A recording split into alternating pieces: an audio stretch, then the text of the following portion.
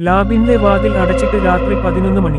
അകത്ത് ഒരു ശാസ്ത്രജ്ഞൻ ഒറ്റയ്ക്ക്. കട്ടികനത്തായിട്ട് ഓളംതരം പ്രകാശം ഒന്നുമില്ല. അവന്റെ മുന്നിൽ ഒരു മെഷീൻ. അത് പ്രവർത്തിപ്പിക്കുമ്പോൾ ഒരു വിചിത്രമായ പ്രകാശം പുറത്തു വരുന്നു. ആ പ്രകാശം ഒരു തേക്ക് കറുത്ത കാർഡും കടന്നു പോകുന്നു. അവൻ വിറച്ചു. ഇത് സാധാരണ വെളിച്ചമല്ല, എന്തെങ്കിലും വേറിട്ട എനർജി. ലോകം ഇതുവരെ കണ്ടിട്ടില്ലാത്ത ഒരു വസ്തു. കുറെ ദിവസങ്ങൾ കഴിഞ്ഞ് അവൻ ഒരു പരീക്ഷണം ചെയ്യാൻ തീരുമാനിച്ചു. അവൻ മെഷീന്റെ മുന്നിൽ ഭാര്യയുടെ കൈ വെച്ചു. അവളുടെ കൈ വെളിച്ചം കടന്നു പോകുന്നതുപോലെ തോന്നി.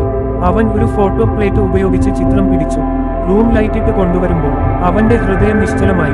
ഫോട്ടോയിൽ ഇരുമ്പ് പോലുള്ള കട്ടിയുള്ള അസ്ഥികളും വിരലിലെ മോതിരവും വ്യക്തമായി കണ്ടു. ഒരു നിമിഷം ലോകത്ത് ആദ്യമായി മനുഷ്യന്റെ ശരീരത്തിനകത്തെ ദൃശ്യം തുറന്നു കാണാൻ കഴിഞ്ഞു. ചുറ്റുമുള്ളവർ പറഞ്ഞു ഇത് ഇംപോസിബിൾ. പക്ഷേ അവൻ പറഞ്ഞു ഇത് മനുഷ്യരെ രക്ഷിക്കാനാണ്. ആ ഇൻവെൻഷൻ കാരണം ശരീരത്തിനകത്തെ ഫ്രാക്ചർ കണ്ടെത്താൻ, ബുള്ളറ്റ് എവിടെയുണ്ട് കണ്ടെത്താൻ, ഹൃദയ സംബന്ധമായ രോഗങ്ങൾ ഡയഗ്നോസ് ചെയ്യാൻ. എല്ലാം സാധ്യമായി. വേദനയില്ലാതെ, കത്തിയില്ലാതെ, രക്തസ്രാവമില്ലാതെ.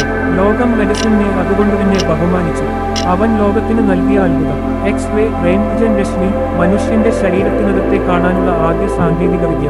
ഇതുപോലെ അത്ഭുതമായ യാഥാർത്ഥ്യ കണ്ടുപിടുത്ത കഥകൾ ഇനിയും കേൾക്കാൻ എല്ലാവരും ഒന്ന് സബ്സ്ക്രൈബ് ചെയ്ത് സഹായിക്കണേ. ഈ കഥയിലെ നായകന്റെ പേരാണ് വിൽഹെൽം കോൺറാഡ് റോൺട്വെൽ.